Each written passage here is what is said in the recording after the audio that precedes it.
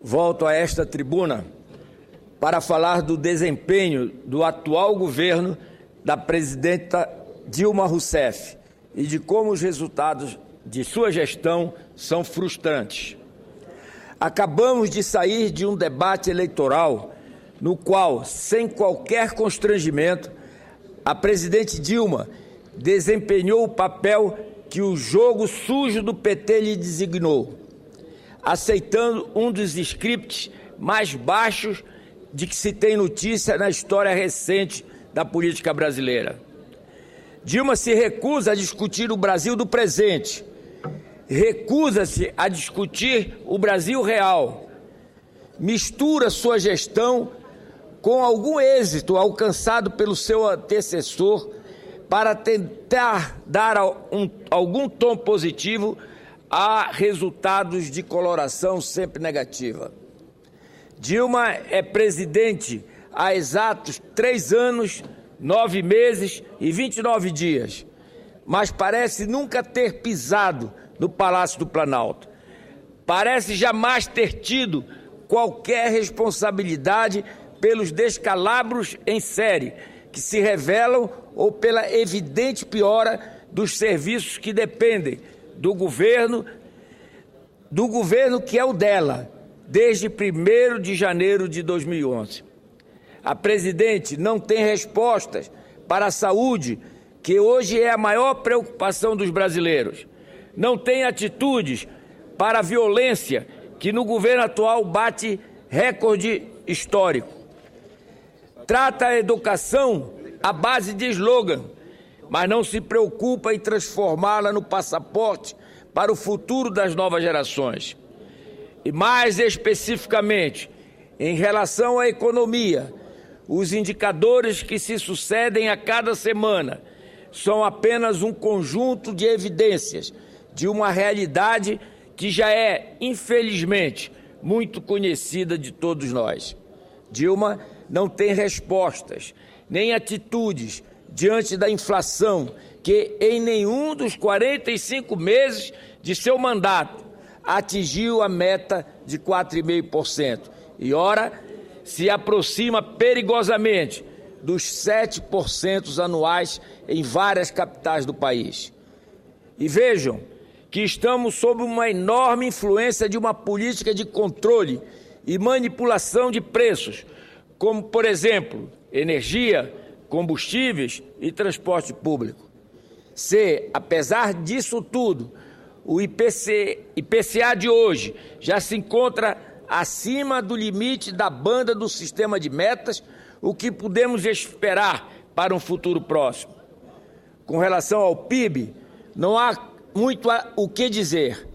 O boletim semanal Focus, divulgado no começo desta semana pelo Banco Central, informou que analistas e investidores mantiveram em 0,27% a expectativa de crescimento da economia para 2014. Vou repetir, para que os brasileiros que nos assistem pela TV Senado e nos ouvem pela Rádio Senado possam ter conhecimento da expectativa de crescimento do PIB do nosso país em 2014.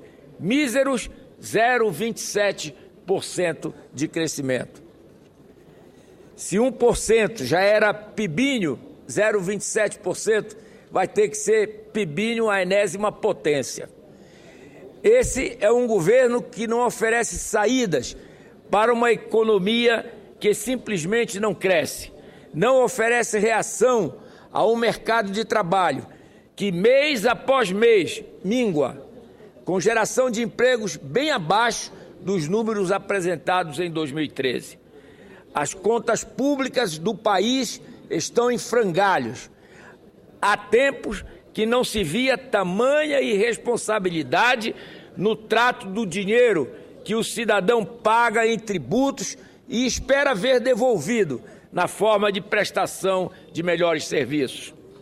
As contas do governo, incluindo estados e municípios, vêm apresentando resultados ruins com exagerada frequência. Senhoras senadores senhoras senadoras, senhores senadores. O governo insistentemente gasta mais do que arrecada. A regra é as despesas crescerem o dobro das receitas. Sem muita surpresa, o governo não cumprirá a meta de economia prometida para este ano, mesmo fazendo todas as maquiagens possíveis e imagináveis. As contas públicas estão cada vez menos inteligíveis. Essas maquiagens e malabarismo só pioram a situação. Transparência, nem pensar. As previsões para o setor externo não são diferentes. Déficit em conta corrente em torno de 81,5 bilhões de dólares americanos. O saldo da balança comercial deverá cair para 2,10 bilhões de dólares americanos. A produção industrial, que já estava com previsão negativa, deverá fechar com uma queda de 2,24% no final deste ano. Tal dinâmica tem as digitais da presidente Dilma. É fruto de sua política econômica intervencionista, pouco transparente, geradora de risco e incertezas para investidores e para a sociedade em geral. O problema da economia brasileira hoje não é segredo para ninguém. Falta de confiança, consequência do descontrole do atual governo sobre variáveis centrais, como o equilíbrio das contas públicas e a inflação, desaguando num nível de crescimento muito aquém do que poderíamos estar alcançando. O fracasso amplo, geral e irrestrito da atual gestão na economia ilustra bem um país que cresce menos que qualquer outro na vizinhança e cujas contas estão em pandarecos. A realidade é que, mesmo com tanta coisa ruim à vista, nem dá para saber integralmente o tamanho da encrenca.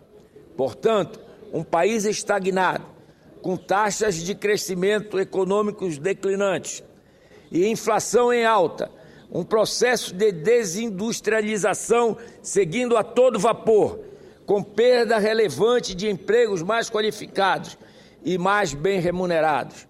Uma economia com índices de produtividade, poupança e investimentos que só despencam.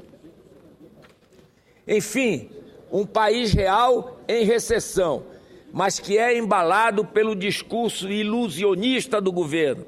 É como se existissem dois Brasis, o da propaganda oficial do governo e o da realidade sentida na pele pelos brasileiros. Era o que tinha a dizer, senhora presidente.